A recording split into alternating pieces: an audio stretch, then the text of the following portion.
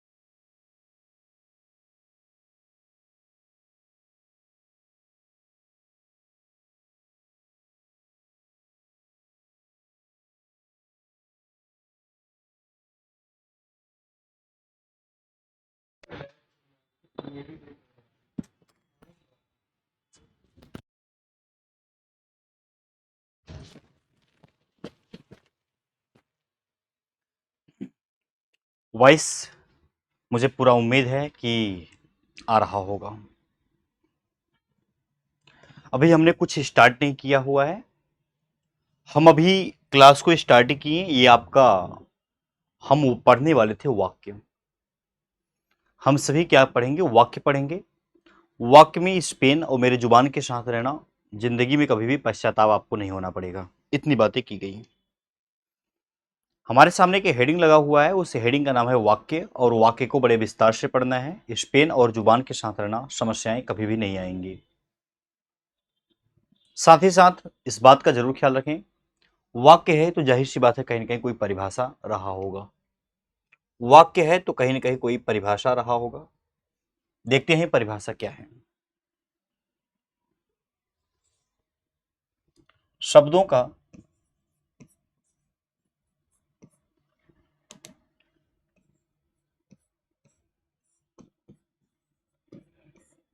ऐसा शब्दों का ऐसा समूह जो पूर्ण मतलब पूरा, पूर्ण भाव, पूर्ण मतलब पूरा भाव प्रकट करता है। प्रकट करता है। ये आपसे कहा हुआ है, ठीक है, मैंने कहा ठीक है, करता है।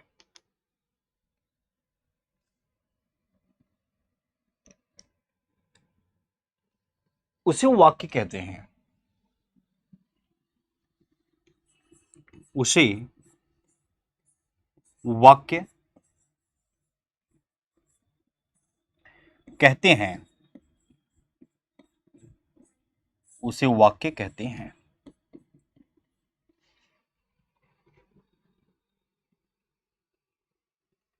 वाक्य जो यहां पर लिखा हुआ है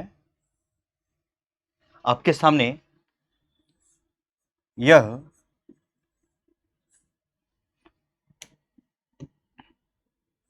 भाषा की सबसे बड़ी, सबसे बड़ी इकाई, सबसे बड़ी इकाई आप लोगों के बीच में है।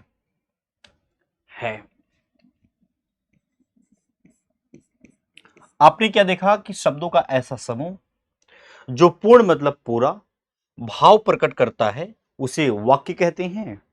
लेकिन वाक्य एक्चुअली में है क्या? तो आपने देखा कि वाक्य जो है यह भाषा की सबसे बड़ी इकाई भी है। कभी पूछा जाए भाषा की सबसे बड़ी इकाई, तो आपको क्या बताना है? वो वाक्य है। उम्मीद करता हूं ये बात आपको स्पष्ट और एकदम साफ समझ में आया होगा। इस पे जरा सा भी समस्याएं उत्पन्न नहीं हुआ होगा। लेकिन वो कौन सा शब्दों का ऐसा समूह है जो पूर्ण भाव प्रकट करता है, वो कहां है? मैं कहता हूं खाया जाता, खाया जाता है आम और राम। मैंने ऐसे कह दिया, मेरे दिल में इच्छा थी, मैंने इसको एकदम बढ़िया तरीके से आपके सामने लिख दिया, एक नंबर बना के। खाया जाता है आम राम। आपने कहा सर बात सही नहीं है। यह बात पूरा का पूरा सही नहीं है। यह बात तो है लेकिन वह पूर्ण नहीं है, वह अपूर्ण है। मतलब बात समझ में नहीं आई मुझे, पूरा वाक्य नहीं है, अपूर्ण है। मैंने कहा कैसे आपको पता? आपने कहा सर इससे यह बात पता चला कि खाया जाता है। मैंने कहा क्या? अब आम कौन? राम। ऐसी चीजें दी गई हैं। तो आपको ज्यादा सोचना नहीं है, ज्यादा सोचना नहीं है। मैंने कहा राम आम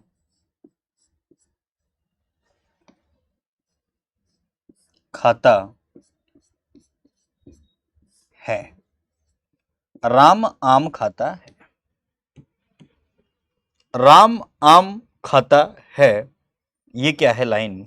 आप बोलेंगे सर पूर्ण है। और जब पूर्ण है तो इससे जाहिर सी बात है एक वाक्य बोलेंगे जो बोलेंगे पूर्ण वाक्य। अगर मैं कहूं कि ये पूरी लाइन यहां से ये वाक्य है, तो आप बोलेंगे सर वाक्य नहीं है। वाक्य शब्दों का ऐसा समूह होना चाहिए जो पूर्ण भाव प्रकट करता हो। तो राम आम खाता है, पूर्ण भाव प्रकट किया उसने। तो यानी कि ये वाली लाइन क्या है? गलत। ये वाली लाइन क्या है? बिल्कुल सही। उम्मीद किया एक एक बच्चों से कि ये बात आपको समझ में आई होगी।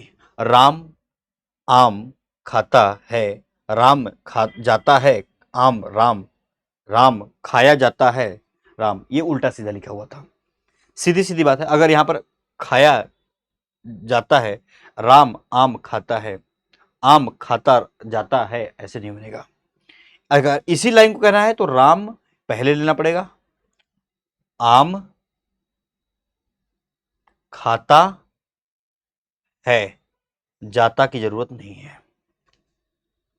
कहना मतलब ये था। बात आगे की तरफ ले चलते हैं। वाक्य के अंग जरूर होते हैं। ये वाक्य जो होता है कि अंग होते हैं, वाक्य के अंग। अच्छा, एक जरा सोचिएगा, अंग को और किस नाम से जानते हैं? अंग को अवयव के नाम से जानते हैं। अवयव, अवयव के नाम से जानते हैं। दो होते हैं। वाक्य के अंग या अवयव कितने होते हैं? मात्र दो होते हैं। जरा समझने का प्रयास करना, नजरों से नजर मिलाने पर समझ में आएगा कौन कौन होता है। मैंने कहा पहला नंबर होता होगा, दूसरा नंबर रहा होगा, ये रहा होगा। एक का नाम होता है उद्देश्य, एक का नाम होता है उद्देश्य, और एक का नाम क्या होगा, विधेय होगा। मास्टर साहब उद्देश्य क्या होता है? सबसे गंभीर सवाल आ जाता है आप लोगों के बीच में कि सर उद्देश्य होता क्या है, विधेय होता क्या है। उद्देश्य के बारे में बहुत परेशान होने की जरूरत आप सभी को नहीं है। उद्देश्य बस जिसके बारे में बात किया जाता है, बस वही होता है। जिसके बारे में जिसके बारे में बात किया जाता है, जिसके बारे में बात किया जाता है उसे क्या कहते हैं, उसे उद्देश्य कहते हैं। सवाल थोड़ा सा चेंज हुआ कि विधेय किसे कहते हैं। आप कहेंगे सर जो बात की जाती है, जो बात की जाती है, जो बात की जाती है उसे क्या कहते हैं, विधेय का नाम दिया जाता है। जरा सोचने और समझने का प्रयास करना। एक यहां पर अपने बाबू साहब बना देता हूं छोटा सा। अट्टू बजरिया का चेला है ये।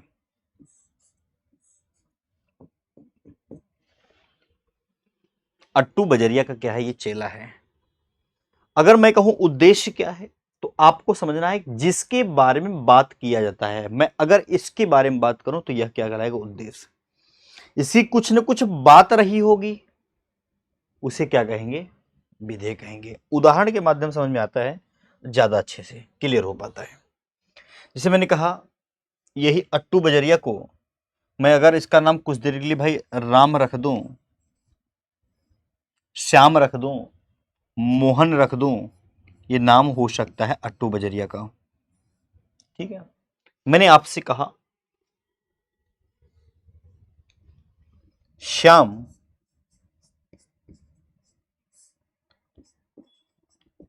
दिल्ली में रहता है। मैं अगर आपसे कहूं इसमें उद्देश्य क्या है और इसमें विधेय क्या है, अगर मैं आपसे कहूं उद्देश्य क्या है, विधेय क्या है, तो आप बताएंगे कि श्याम दिल्ली में रहता है। अगर कोई पूछे कि आपका उद्देश्य क्या है, तो मैंने कहा कि जिसके बारे में बात किया जाता है। श्याम दिल्ली में रहता है, रहता कौन है, श्याम। तो ये कौन है, आप बोलेंगे सर उद्देश्य है। ये लाइन क्या है, उद्देश्य की है। जिसके बारे में बात किया जाता है उसे उद्देश्य कहते हैं, और जो बात की जाती है, बात ये की गई है कि वह दिल्ली में रहता है, ये पूरी की पूरी लाइन क्या कहलाएगी, विधेय कहलाएगी। क्या बात समझ में आया? उदाहरण के माध्यम से क्या बात समझ में आया? अगर समझ में आया तो कमेंट के माध्यम से आपको बताना कि हाँ सर समझ में आया। ये कहना चाहता था मेरे भाई, जो कि आपके सामने ये सब चीजें दी गई हैं। एक ही पॉइंट नोट लगा के भी लिख सकते हैं। जो ये विधेय आपको दिखाई दे रहा है, जो आप लोगों को उद्देश्य दिखाई दे रहा है, इसके बारे में आप कुछ पॉइंट को भी कर सकते हैं। ये जो उद्देश्य है, उद्देश्य में कर्ता का विस्तार भी शामिल होता है। उद्देश्य में कर्ता का विस्तार भी शामिल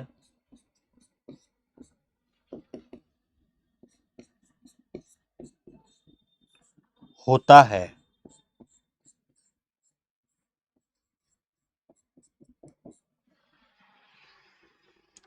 कर्ता का विस्तार, इसका मतलब, कर्ता का मतलब काम करने वाला। कर्ता कौन है, जो काम करता है। दिल्ली में रहता कौन है, भैया श्याम करता है। तो कर्ता का विस्तार भी शामिल होता है। इसे केवल पॉइंट लगा के लिखेंगे, ज्यादा दिमाग नहीं लगाएंगे। सेकंड जो बातें हैं ना, मैं आप लोगों के बीच में करना चाहता हूं, बड़ा ध्यान से सुनना। अगर मैं आपसे कहा ये कौन था, राम था और श्याम था। ठीक है मेरे भाई, अगर यहां पर मैंने लिख दिया राम लिख दिया, और यहां पर मैंने क्या लिख दिया, श्याम लिख दिया। कोई गलती तो नहीं किया नाम लिखने में? आपने कहा नहीं सर कोई गलती आपने नहीं किया। शाम को दौड़ते हैं या सुबह दौड़ते हैं या शाम को पढ़ते हैं। सुबह, या आप कह सकते हैं शाम को दौड़ते हैं। शाम को क्या करते हैं ये लोग, दौड़ते हैं। ये मैंने लिख दिया, कोई गलती तो नहीं किया।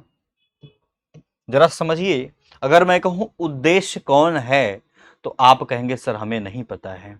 मैं आपसे कहूं कि विधेयक कौन है, आप कहेंगे हमें नहीं पता है। उद्देश्य होता किसे कहते, भाई कहते किसे हैं? जिसके बारे में बात किया जाता है वह उद्देश्य कहलाता है। राम श्याम दौड़ते हैं, शाम को दौड़ते हैं। कौन दौड़ता है? और राम और श्याम, यानी कि राम जो है वो श्याम दोनों दौड़ता है। क्या यही उद्देश्य हो सकता है क्या? जरूरी नहीं है, ये भी हो सकता है, ये भी हो सकता है। राम और श्याम दोनों यहां पर क्या है, एक उद्देश्य है। अगर गलती ना हुई हो तो बता देना भाई। अगर मैं कहूं उद्देश्य कौन है, उद्देश्य कौन है, तो आपने कहा सर जिसके बारे में बात किया था है, तो मैं एक के लिए तो बातें नहीं कर रहा हूं। मैं तो राम शाम को दौड़ते हैं राम श्याम जो है शाम को दौड़ते हैं। मैंने कहा कि राम शाम को दौड़ते हैं, तो ये बात नहीं बनेगा। राम और श्याम मतलब दो नाम लग जाए, तीन नाम लग जाए, पांच नाम लग जाए, सात नाम लग जाए, एक नाम लग जाए, दो नाम लग जाए, कोई फर्क नहीं है। उद्देश्य हमारा सिर्फ एक ही है, वह राम है और श्याम। हमारा उद्देश्य इसमें, आप ये मत सोचना कि सर इसमें आपने उद्देश्य तो बस श्याम को ही बताया और आपने यहाँ पर राम लिखा है, श्याम लिखा है, अट्टू बजरिया कल्लू ऐसे लिख दिया जाए तो आप सोचेंगे कि सर ऐसा है कि उद्देश्य तो पांच है। उद्देश्य पांच नहीं होता, जिसके बारे में बात किया जाता है वह उद्देश्य कहलाता है। तो उद्देश्य हमारा मात्र क्या है, एक ही है, जो आप लोगों के बीच में ये दिखाई दे रहा होगा। अब विधेय क्या होता है? जिसके बारे में बात किया जाए, जो और वह अपना हो चुका है, और जो बात किया जाए, जो बात की जाती है, तो शाम को दौड़ते हैं, ये बातें की गई हैं। अगर मैं आपसे कहूं कि इसमें मुझे आपका विधेय चाहिए, तो आप बोलेंगे कि सर ये पूरी की पूरी लाइन विधेय कहलाएगी। ये पूरी की पूरी लाइन क्या कहलाएगी? विधेय कहलाएगी। जो आप लोगों के बीच में है ये पूरी लाइन ना, यहां से यहां तक, ये पूरी की पूरी क्या कहलाएगी? विधेय कहलाएगी। उम्मीद करता हूं एक एक बच्चों को ये बात समझ में आया होगा, तरीके से समझ में आया होगा। कोई डाउट किसी प्रकार का हो तो तुरंत आप पूछ सकते हैं, ठीक है? अच्छा जी, एक नोट लगा के लिख लेना, एक नोट पॉइंट लगा के लिख लेना। अब यहां पर जो मैं बीच में लिखवाने वाला हूं आपके, कुछ तो ऐसी मजबूरी रही होगी, कुछ तो ऐसा तकलीफ रहा होगा जो आप लोगों के बीच में यहां पर नोट पॉइंट लिखा जा रहा है। समस्या थी, मेरी भी मजबूरी बन गई, भाई साहब उसे लिखिए। मैंने कहा ठीक है, कोई बड़ी समस्या तो है नहीं, लिखा जा सकता है। वह लिखा जा सकता है नोट। मैंने कहा कैसे भाई साहब नोट लिखा जा सकता है? उसने कहा वाक्य में प्रयुक्त, वाक्य में प्रयुक्त शब्द, वाक्य में प्रयुक्त शब्द, वाक्य नहीं कर रहा हूं, वाक्य में कहीं ना कहीं प्रयुक्त होता है शब्द। जैसे ये एक है, एक ये है, एक ये है, एक ये है, ये सब शब्द हैं जिनका कोई एक अर्थ निकल रहा है। तो वही बातें कर रहा हूं, वाक्य में प्रयुक्त शब्द को क्या कहते हैं? पद कहते हैं। को क्या कहते हैं? प्रयुक्त शब्द को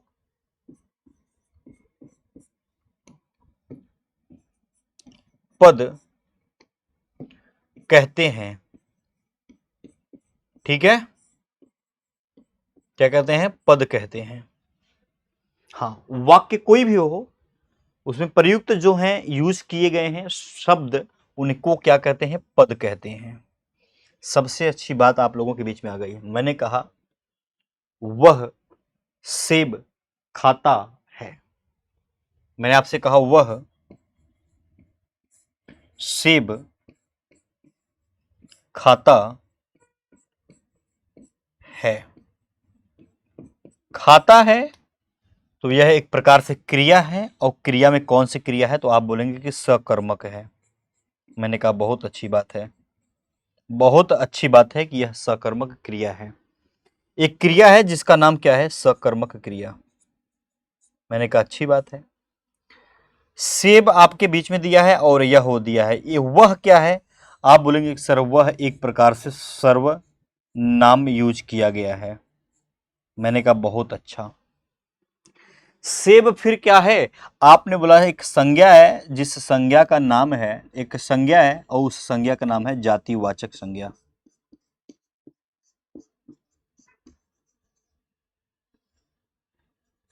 कहीं ना कोई एक अर्थ निकल के सामने आ रहा है भाई। मैंने कहा वाक्य में प्रयुक्त शब्द को पद कहते हैं। अगर मैं कहूं ये क्या है तो बता देना पद है। मैं कहूं ये क्या है, एक पद है। ठीक है, समझ में आया है तो कमेंट है आपके सामने, जरूर आप लिखेंगे कि सर समझ में आया। और ऐसा नहीं है कि एग्जाम में क्वेश्चन नहीं पूछा गया था, यही सेम क्वेश्चन आपके एग्जाम में रखा गया था कि वाक्य में प्रयुक्त शब्द को क्या कहते हैं, आप बताएंगे सर उसको पद कहते हैं। क्वेश्चन पूछा भी है। अगला पॉइंट आप लोगों के बीच में, जिसे आप अपनी नजरों से नजर देखेंगे और नजरिए से उत्तर देंगे। कहना यह चाह रहा है कि भाई साहब जो वाक्य होते हैं ना, उसके भेद कितने होते हैं, तो आप बताएंगे 50। नहीं नहीं नहीं नहीं, अब आपके कुछ बातें आ गई हैं वाक्य के भेद से। क्वेश्चन पूछा था है आपके अपने एग्जाम में, वाक्य के भेद, वाक्य के भेद पूछा जाता है आपसे, क्वेश्चन बन के आता है। वाक्य के भेद पूछा जाता है आपसे क्वेश्चन, जरा इसका जवाब देना सीखना। कैसे, कब और कितना उत्तर देना है, किस तरीके से देना है।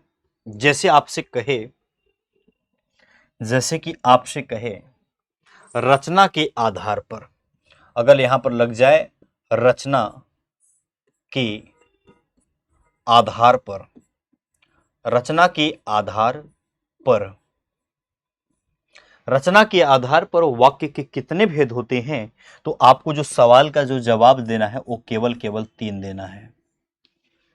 लेकिन वही गलती से आपका एग्जाम में आ जाए कि वाक्य के बात कर रहा है लेकिन अर्थ के आधार पर वाक्य के भेद, तो आप कहेंगे अर्थ के आधार पर, अर्थ के आधार पर, अर्थ के आधार पर। अब आपसे पूछे तो आपको बता देना है सर 8 होते हैं। कितने होंगे, 8 होंगे, क्योंकि 3 तो आपको पता था ना, 3 तो आपको पता था ना कि रचना के आधार पर, रचना के आधार पर तो 3 पता है ना, कुछ नहीं करना, इसको बस इसमें मिला देना है और इसको इसमें मिला देना है, तो ये 8 बन जाएगा। कोई डाउट नहीं, ये होते हैं। सर एक तकलीफ है, पूछ सकता हूं? मैंने कहा मेरे भाई मुझसे नहीं पूछोगे तो पूछोगे किसके, किससे पूछोगे बताओ। वाक्य की जो आपके यहाँ पर रचना के आधार पर है, वह 3 भेद का नाम आप मुझे बताएंगे। मैंने कहा खूब अच्छे तरीके से बताऊंगा। पहले का नाम होता है सरल वाक्य, जिसे आप साधारण वाक्य के नाम से भी जानते हैं। एक होता है सरल वाक्य, अच्छा सरल वाक्य होता है, और सरल वाक्य को ही हम क्या कहते हैं, साधारण, साधारण वाक्य कहते हैं। बहुत बेहतर तरीके से ये लाइन आप सभी को समझ में आया होगा। लेकिन वहीं पर जब बात आगे की तरफ आई तो उसने कहा सरल वाक्य तो आपने बता दिया, सेकंड बताइए। मैंने कहा संयुक्त वाक्य होता है, संयुक्त वाक्य होता है। आपने कहा सर एक और वाक्य का नाम बता दीजिए, बातें स्पष्ट और साफ हो जाएं। मैंने कहा हाँ बता देता हूं। एक तो मिश्रा वाक्य बोलते हैं, एक इसी को मिश्र वाक्य के नाम से भी जानते हैं। एग्जाम में मिश्र वाक्य पूछा जाता है, मिश्र वाक्य पूछा जाता है, तो आपको बता देना है कि सर एक मिश्र वाक्य होता है। ये 3 वाक्य होते हैं। अभी अर्थ के आधार पर हम 8 पढ़ रहे हैं, यहां पर देख पा रहे हैं। नजरों से नजर मिलाने पर 8 लिख दूंगा, लेकिन सवाल ये है कि सर पहले हमें ये वाला समझाइए जो हमारे पहले स्थान पर आया हुआ है, जिसका नाम है सरल वाक्य, या इसी को कोष्टक में साधारण वाक्य कहें, तो इसके बारे में नॉलेज हमें दे दीजिए पहले। मैंने कहा एक आपके पास हेडिंग होगा, उस हेडिंग का नाम होगा सरल वाक्य, जिसे आप साधारण वाक्य के नाम से जानते हैं। मेरे पास पढ़ाते समय कोई टाइम नहीं होता कि मैं आपके सवाल पढ़ूं और आपका जवाब दूं। क्यों ऐसा क्यों मास्टर साहब? मेरे भाई मैं ऐसा कोई सवाल ही नहीं छोड़ता हूं जिसका जवाब आप सभी को न पता हो। मैं हर एक चीज लिखता हूं। बच्चे के मन में आता है कि सर रचना के आधार पर 3 होते हैं, अर्थ के आधार पर बताइए ना, बताइए ना, बताइए ना। मैं वो काम नहीं करता हूं। मैं उस दोनों चीजें लिखता हूं ताकि बच्चा अपनी जुबान से ये ना बोल पाए कि सर ये वाला नहीं हुआ। मैंने कहा इससे पहले मैं वो सारी की सारी बात लिख देता हूं जिससे बच्चा ये कहता है कि सर समझ में आया।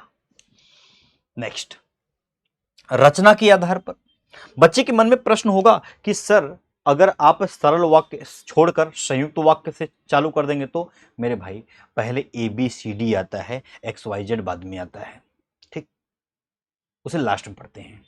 तो एक क्रम होता है, सीढ़ी 10 डाक के नहीं जाना है, एक सीढ़ी पे एक बार पैर रखना है फिर आगे की तरफ चलना है। उम्मीद करता हूं मेरे दोस्त ये बात समझ में आया होगा। आप हेडिंग लगाइएगा सरल वाक्य। सरल वाक्य आपके पास हेडिंग होना चाहिए। सरल वाक्य, सरल वाक्य को ही साधारण वाक्य के नाम से जानते हैं। बार बार किसी चीज पर लिखना उचित नहीं है मेरे हिसाब से। अगर आपको लगता है तो आप उसके सामने जस्ट लिख सकते हैं। ऐसा नहीं है कि आपके पास जगह नहीं है, यहां पर लिख लीजिए। साधारण वाक्य भी उसी को कहते हैं। एग्जाम में अगर पूछ ले साधारण वाक्य क्या है तो दिमाग को सूचित कर देना कि सरल वाक्य को ही क्या कहता है, साधारण वाक्य। क्वेश्चन बन जाए सरल वाक्य का दूसरा नाम क्या है तो साधारण वाक्य है। ये बात आप सभी को बेहतर तरीके से पता हो सका, ठीक। अच्छा, सरल वाक्य आपके सामने है, जरा देखना इसको। भैया इसकी सबसे बड़ी मजबूरी क्या है, इसकी तकलीफ क्या है, इसकी तकलीफ को समझने का प्रयास करना एक बार। मैंने कहा आपसे जिन वाक्यों में, अब वाक्य समझ गए होंगे, जिन वाक्यों में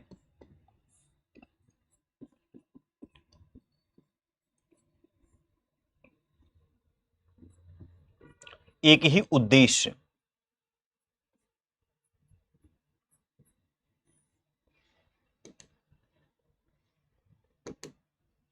जिन वाक्यों में एक ही उद्देश्य, एक ही विधेय होता है, एक ही उद्देश्य और एक ही विधेय होता है,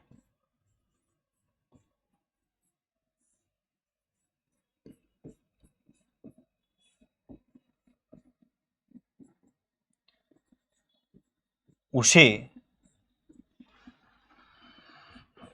सरल वाक्य या साधारण वाक्य कहते हैं। कई बच्चों को यह बात समझ में नहीं आया होगा दोस्त, इसलिए समझ में नहीं आया होगा क्योंकि उद्देश्य क्या होता है, विदेश विधेय क्या होता है, फंस गए होंगे। उद्देश्य के बारे में नॉलेज दिया हूं, विधेय आपके क्या होते हैं उसके नॉलेज बताया हूं। तो जिन वाक्यों में मतलब कोई भी एक वाक्य है, एक ही उद्देश्य होना चाहिए, एक ही विधेय होना चाहिए, ऐसे कंडीशन पे हम किसका नाम देंगे? आप कहेंगे साधारण वाक्य, जिसे हम क्या कहते हैं, सरल वाक्य कहते हैं। सवाल है, जवाब तो आपको देना पड़ेगा, लेकिन तकलीफ भी कुछ है बच्चों को कि उदाहरण के माध्यम से बताइए ना सर, उदाहरण के माध्यम से बताइए। लेकिन इससे पहले आपके सामने एक स्टार होना चाहिए। स्टार मीन्स क्या होता है? स्टार मतलब ये होता है कि कहीं ना कहीं आप इसके परिभाषा को देख लिए हैं, कुछ तो मजबूरी रही होगी जो मैं आप लोगों के बीच में स्टार लगाने का प्रयास कर रहा हूं।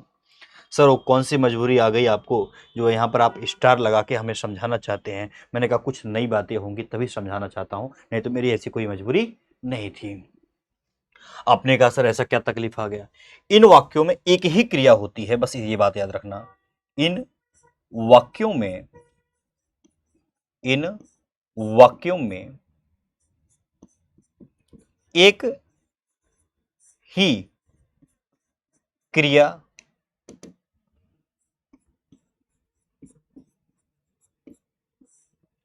होती है।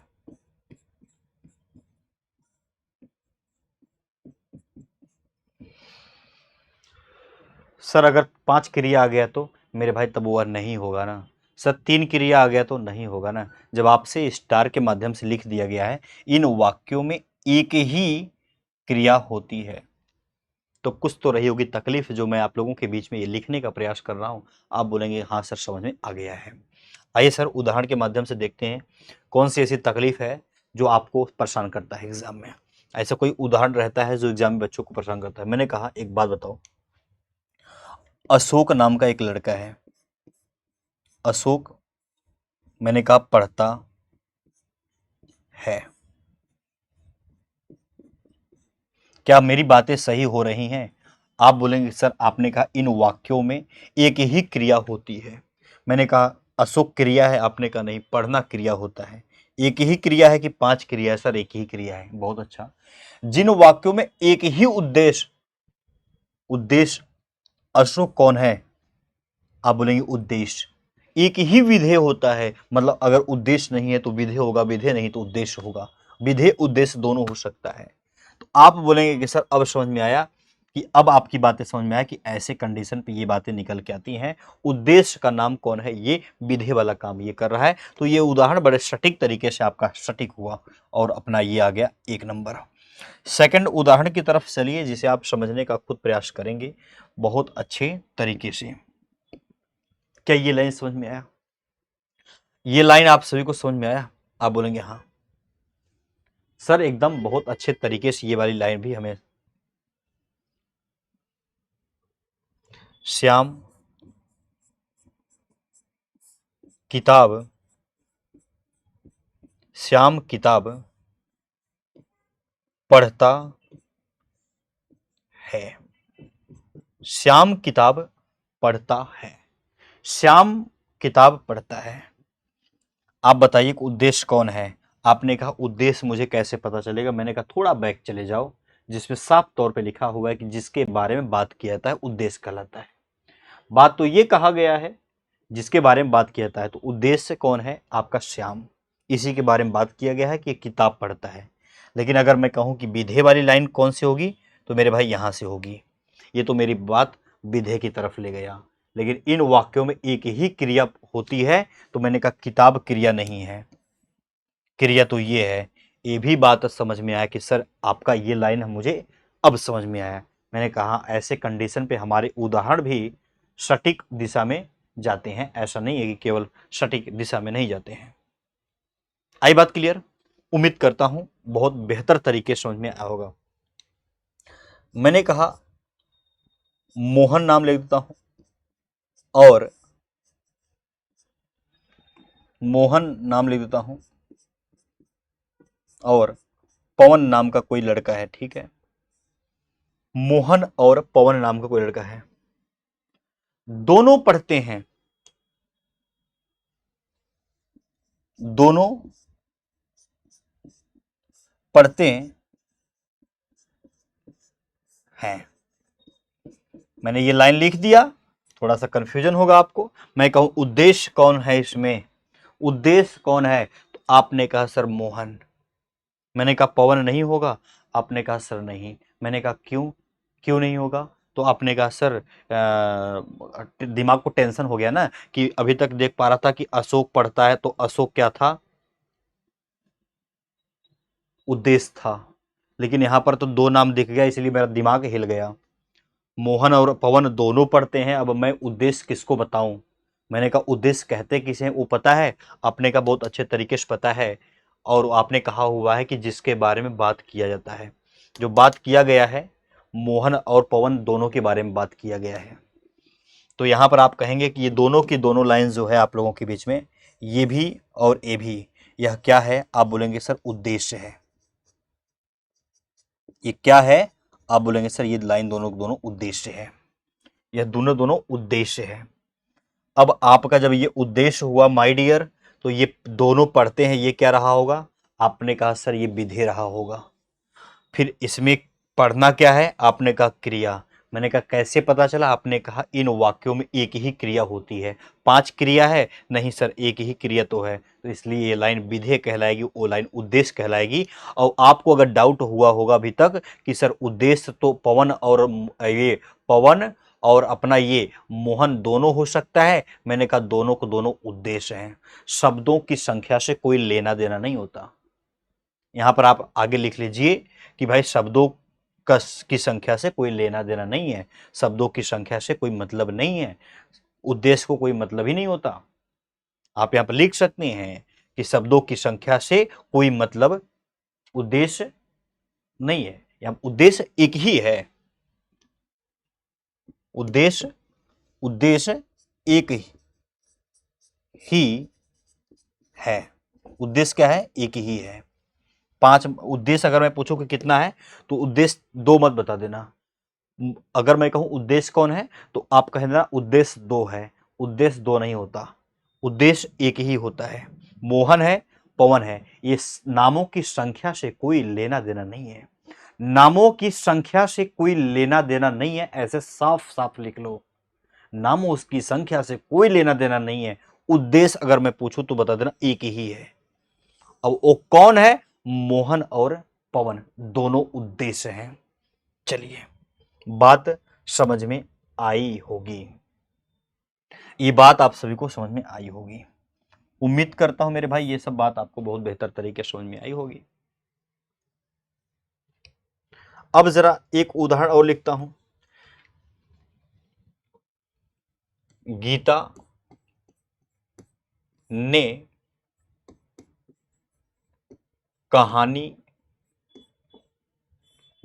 कहानी लिख कर, देखो कितनी अच्छी है वो गीता, जो कहानी लिखकर पुरस्कार प्राप्त किया। पुरस्कार पुरस्कार प्राप्त किया। कितनी अच्छी वो गीता है जो बेचारी पुस्तक लिखती है और पुरस्कार प्राप्त करती है। अगर मैं कहूं कि आपका उद्देश्य क्या है, आपने कहा सर अगर गीता सीता होता तो कोई मतलब नहीं, उद्देश्य एक ही होता है। शब्दों की संख्या से, नाम की संख्या से कोई लेना देना नहीं है। उद्देश्य तो गीता ही है। अब यहां से यहां तक पूरी लाइन क्या होगी? विधेय कहलाएगी, क्योंकि इसी के बारे में बात किया गया है। लिख कर क्या है? एक क्रिया है। तो मैंने आपसे कहा हुआ था स्टार के माध्यम से क्रियापद एक ही होता है वाक्य में। ये होती है सबसे अच्छी पहचान, जिसे आप अपनी नजरों से नजर मिला के ये देख पा रहे होंगे और सटीक उत्तर का आप अपने एग्जाम में चयन कर पाएंगे। कोई दिक्कत नहीं।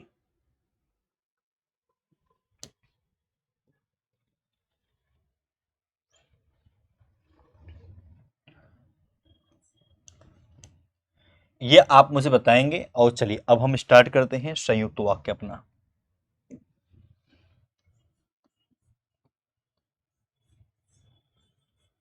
संयुक्त वाक्य के बारे में पढ़ते हैं।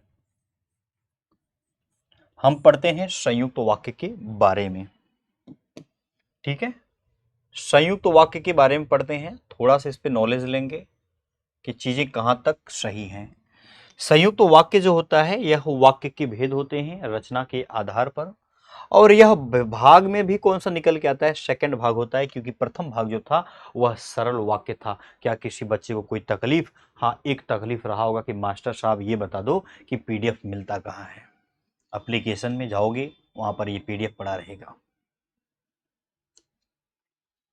कई बच्चों को लगता है मैं धीरे धीरे पढ़ाता हूँ, कई बच्चों को लगता है बहुत तेज पढ़ाता हूँ। मुझे ना आपके धीरे से मतलब है, ना तो मुझे आपके तेज से मतलब है। क्या आपको बातें समझ में आती हैं, हाँ या ना? बस इसमें जवाब देते हुए चलना है। संयुक्त तो वाक्य मास्टर्स जी कहते किसे हैं? बड़ी समस्या हुई पढ़ने लिखने में। मैंने कहा ना ना ना, टेंशन नहीं लें। जिन वाक्यों में जिन वाक्यों में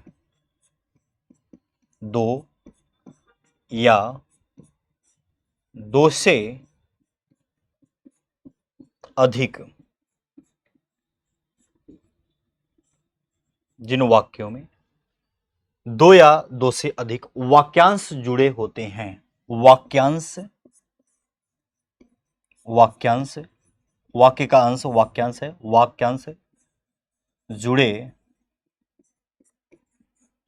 होते हैं, जुड़े होते हैं, जुड़े होते हैं आपसे कहा हुआ है। और ये वाक्यांश और ये वाक्यांश ये वाक्यांश ये वाक्यांश संयोजकों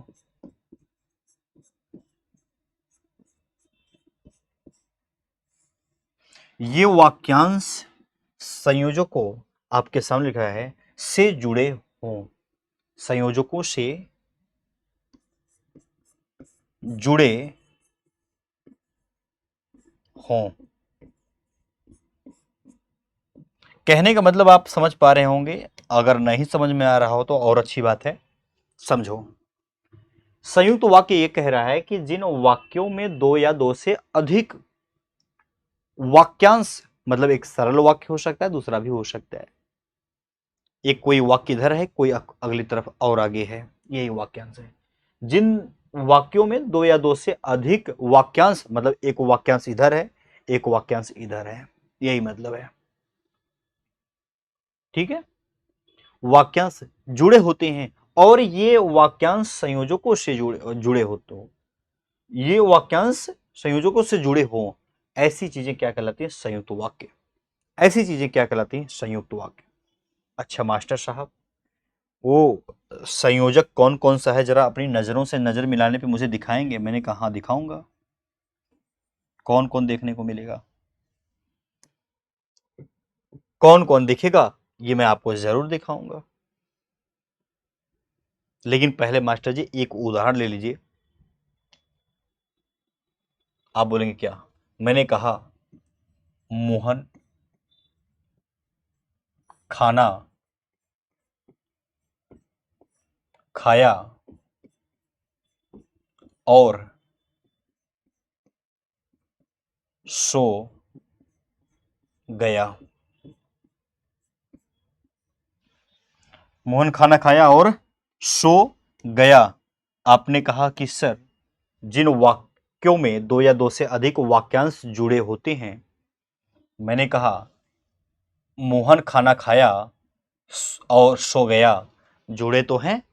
अच्छा, और ये वाक्यांश संयोजक से जुड़े हों, मैंने कहा संयोजक है कौन जोड़ने वाला?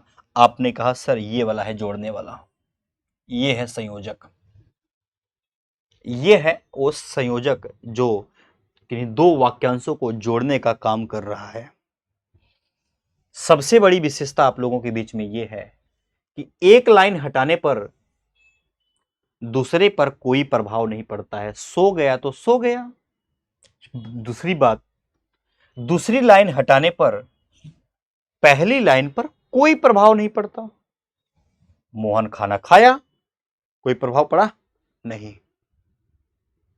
खाना खाया तब प्रभाव पड़ता, कौन?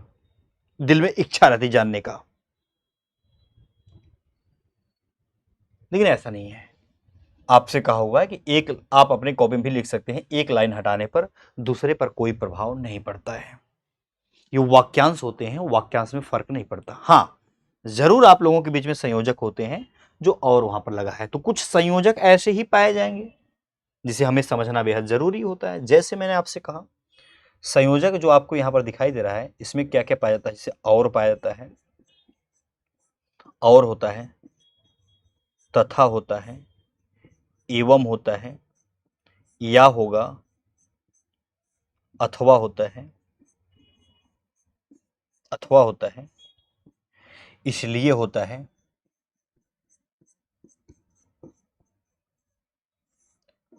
लेकिन होता है, परंतु होगा, किंतु होगा।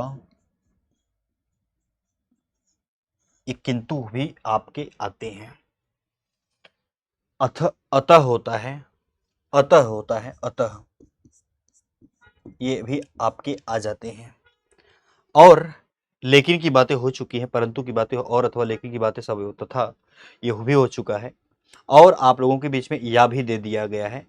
कभी कभी नहीं तो आता है, कभी कभी नहीं तो साथ में आता है, कभी कभी केवल भी आता है, कभी कभी आप लोगों को बीच में भी देखने को मिलता है, कभी कभी फिर देखने को, फिर भी देखने को मिलता है, फिर फिर भी देखने को मिलता है, और कभी कभी आप लोगों के बीच में केवल पर देखने को मिलता है। ऐसी स्थिति हो तो हम अपने उत्तर का चयन कर लेंगे डायरेक्ट। अपना ये तरीका है जिसे हम क्या कहते हैं, जुगाड़। कभी भी आप लोगों के बीच में ऐसा कंडीशन देखने को मिल जाए तो समझ जाना कि वह संयुक्त वाक्य कहलाने वाला है, और कोई वाक्य नहीं होता, फिर कोई वाक्य नहीं होता। मुझे ये भी उम्मीद है कि लाइन समझ में आई होगी। हाँ जरूर, अगर ये कहानी समझ में नहीं आया होगा, जरूर अगर ये परिभाषा आपके उदाहरण नहीं समझ में आए होंगे, तो आपको अगर बीच में अगर ये देखने को मिल जाए, कह देना कि सर संयुक्त वाक्य है। कंडीशन चेंज हुआ साहब, और आप लोगों के बीच में आ गया कुछ और उदाहरण जो अच्छे हैं। मैंने कहा प्रातः सूर्य उदित हुआ, प्रातः सूर्य उदित हुआ। प्रातः मतलब सुबह सुबह, सूर्य जो है उदित हुआ, और और पक्षी और जो कुछ पक्षियां थे यानी कि पक्षी चह चह हा चहचहाने लगे। मैंने आपसे ये कहा हुआ है, मैंने कहा एक लाइन हटाने पर पक्षी चहचहाने लगे, कोई प्रभाव नहीं पड़ता है। आप इसे काट दीजिए, कोई प्रभाव नहीं पड़ेगा अगली वाली लाइन पर, इस पर कोई प्रभाव नहीं पड़ेगा। या इस चीज को सेव रखना चाहते हैं तो इसको हटा दीजिए, प्रातः सूर्य उदित हुआ, कोई प्रभाव नहीं पड़ेगा, दूसरी लाइन पर कोई प्रभाव नहीं पड़ता। अच्छा जी, सबसे अच्छी पहचान थी, हमें किसी से कोई मतलब नहीं था, बीच में और अथवा लेकिन परंतु इसलिए तथा या ये मिल रहा है कि नहीं मिल रहा है। आप बोलेंगे सर बहुत अच्छे तरीके से मिल रहा है। मैंने कहा लड़का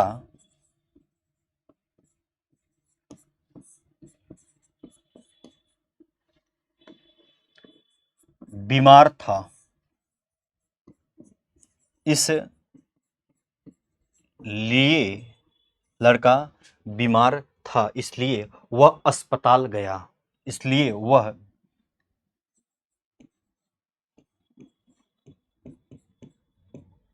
जो अस्पताल है ना, वो आपको हॉस्पिटल बोलते हैं,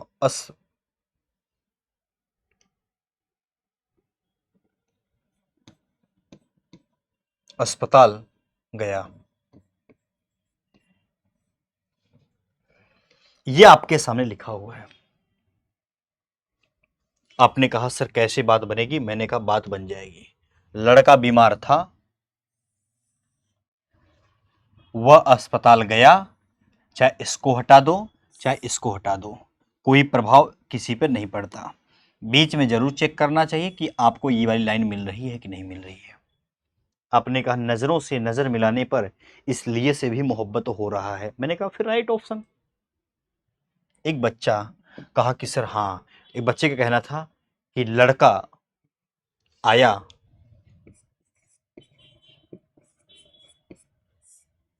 लड़का आया किंतु, अब क्या रही, लड़का आया किंतु वह रुका नहीं, वह रुका नहीं, रुका नहीं।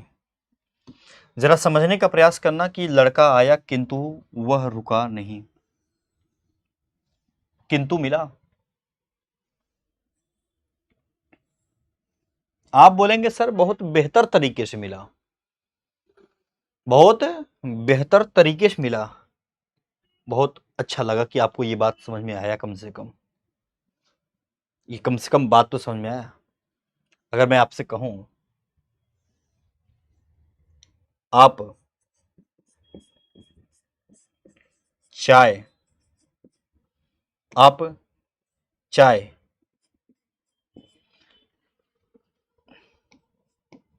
पिएंगे, आप चाय पिएंगे, अगर मैं कहूं या कॉफी, आप कहेंगे सर ये एक प्रश्नवाचक है।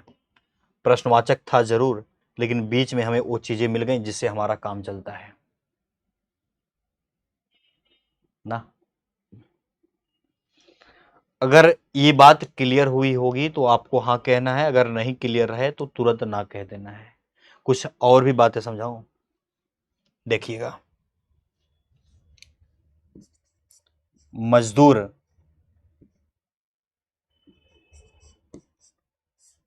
मेहनत करता है,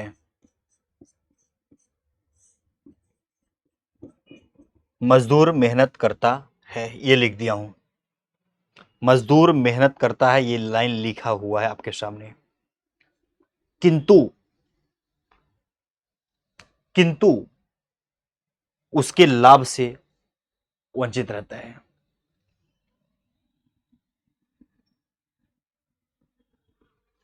किंतु, या आप यहीं पर कह सकते हैं किंतु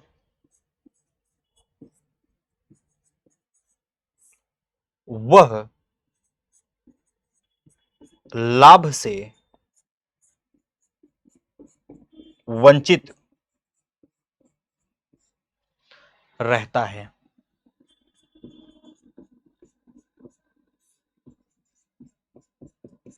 क्या समझ में आया मेरे भाई? आप बोलेंगे बहुत बेहतर तरीके से समझ में आया, बहुत ही बेहतर तरीके से समझ में आया। किंतु वाली कहानी यहां पर मिल गई मास्टर साहब। मैंने कहा मिल गई तो बात बना लीजिए, इसमें कौन सा बुराई है किसी का। मिल गई तो बात बना लीजिए। बेहतर तरीके से ये उदाहरण आपके सामने थे, जिसे आपने अपनी नजरों से नजर मिलाने पर देख पाया। पहले उदाहरण, सेकंड, थर्ड, फोर्थ, और यहां पर 5 एंड 6। और ये उदाहरण ऐसे ही नहीं है, बड़े बारीक से नॉलेज लिया गया है इन सभी का, तभी आप लोगों के बीच में है। हमने आज क्या पढ़ा, जरा एक बार रिवीजन करते हैं। कुछ गलत तो नहीं पढ़ लिया भाई, जरा एक बार रिवीजन करते हैं। हमारी आप लोगों से भी जब बीच में मुलाकात हुई शुरुआत में आते ही, तो आपने कहा सर आज क्या पढ़ेंगे। हमने कहा एक हेडिंग दिखाई दे रहा होगा जिसका नाम है वाक्य। यही बात हुआ था। अच्छा माय डियर, जब इतनी बात हुई थी तो मैंने आपसे कहा कि वाक्य है तो वाक्य का कोई परिभाषा भी रहता होगा। आपने कहा सर बिल्कुल एक परिभाषा है। मैंने कहा वो कौन सा परिभाषा है। आपने कहा शब्दों का ऐसा समूह, कोई शब्द होना चाहिए, उसी का एक ऐसा समूह होना चाहिए जो पूर्ण भाव प्रकट करता है, उसी को क्या कह देते हैं, वाक्य कह देते हैं।